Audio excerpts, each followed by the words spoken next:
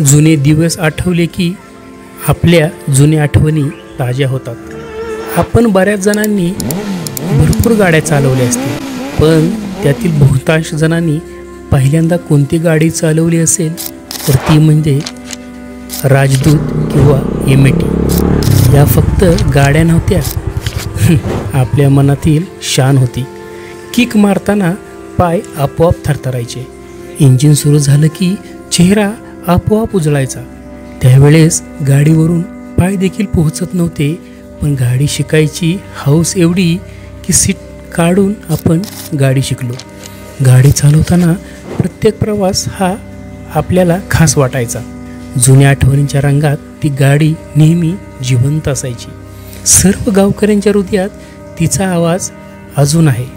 राजदूत आणि एम-80 या फक्त गाड्या नव्हत्या, त्या 90च्या दशकातील शान, घराघराचा अभिमान। शेतकरी शेतातून परतताना त्या गाडीवरती अवलंबून असायचा। बाप बाजारातून भाज्या आणताना देखील तिची सोबत होती। मुलं शाळेत जाताना मागच्या सीटवर बसायची, मज्जा विसरण्यासारखी नव्हतीच।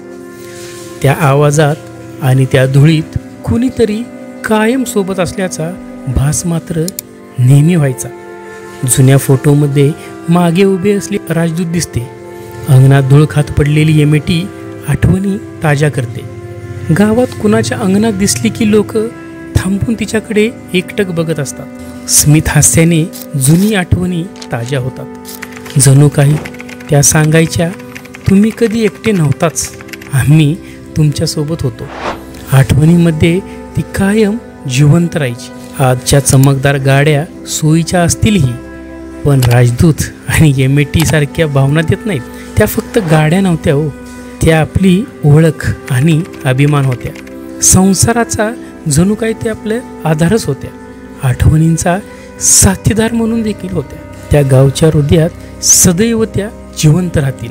राजदूत आणि एम-80 आठवणींची खरी ओळख। मित्रांनो, आपल्यापैकी कुणी कुणी या गाड्या चालवल्या त्यांनी कमेंट करा आणि व्हिडिओ कसा वाटला तेही सांगा।